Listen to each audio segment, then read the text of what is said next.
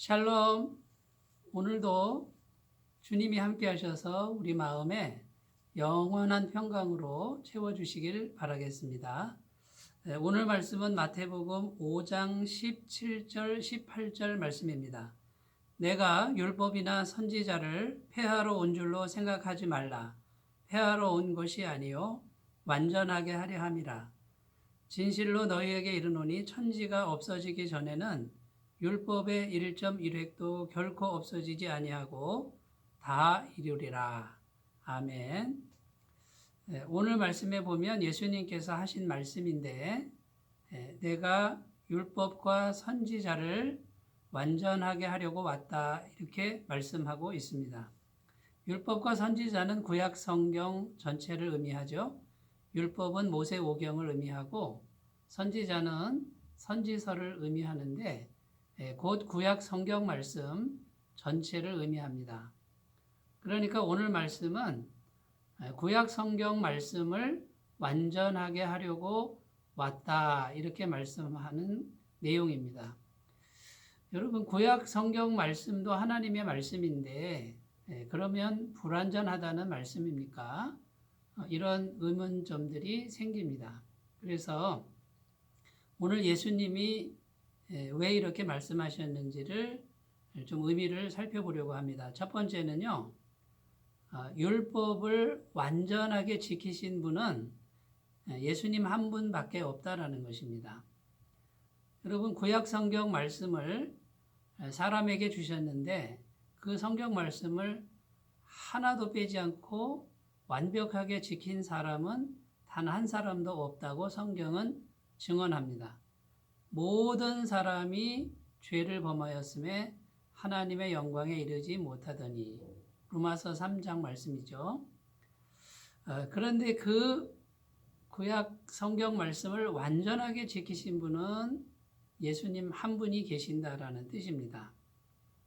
여러분, 예수님은 정말 완벽한 분이시죠.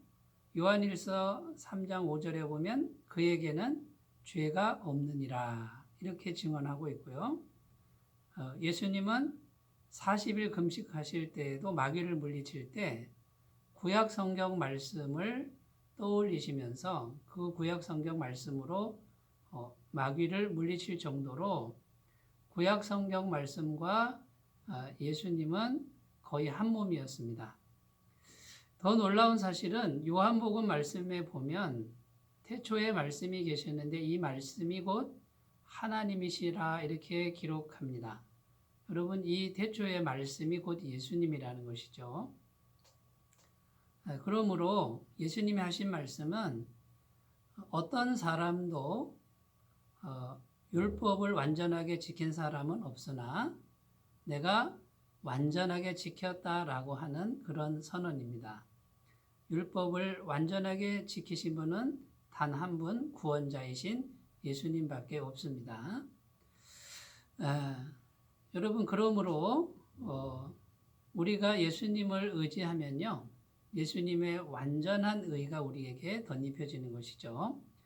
두 번째 의미가 있습니다. 첫 번째는 율법을 완전하게 지키신 분은 예수님밖에 없다는 것이고, 두 번째는요, 내가 율법을 완전하게 하려고 왔다, 이 말은 구원을 완전케 하려고 왔다라는 뜻입니다.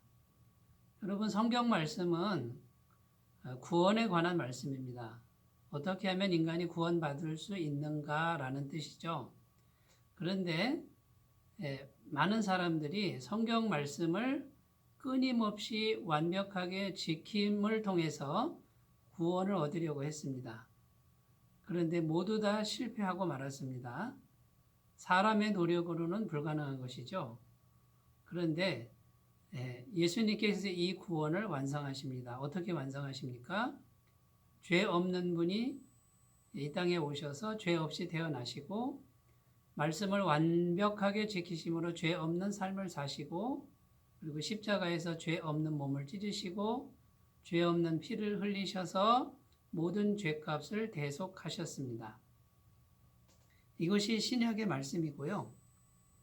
그 예수님을 믿음으로 받아들이면 믿음으로 영접하면 예수님의 완벽한 의가 죄인인 우리에게 전가되는 것이죠.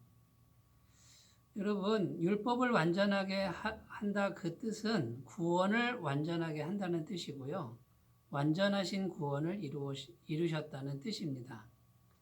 여러분, 그러므로 이 완전하신 예수님을 우리가 오늘도 마음에 모시고 있다라고 하는 것이 얼마나 큰 위로가 되고 능력이 되겠습니까? 오늘도 구원을 완전하게 이루신 주님만 붙들고 걸어가시기 바라겠습니다. 다음 세 번째 의미가 있습니다. 율법을 완전하게 한다는 의미는 사랑을 완전케 한다라는 뜻입니다.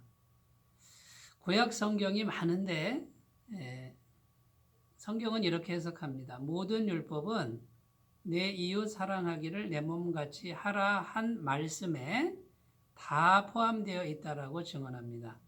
결국 사랑입니다.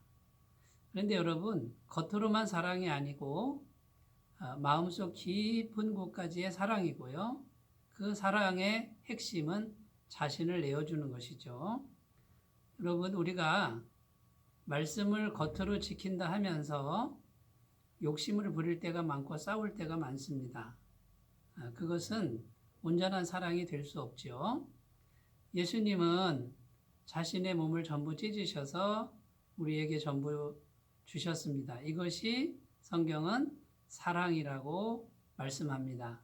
사랑은 여기 있으니 우리가 하나님을 사랑한 것이 아니요 하나님께서 독생자를 주셔서 그 독생자의 십자가의 죽이심으로 사랑을 보여주셨다고 증언하고 있습니다.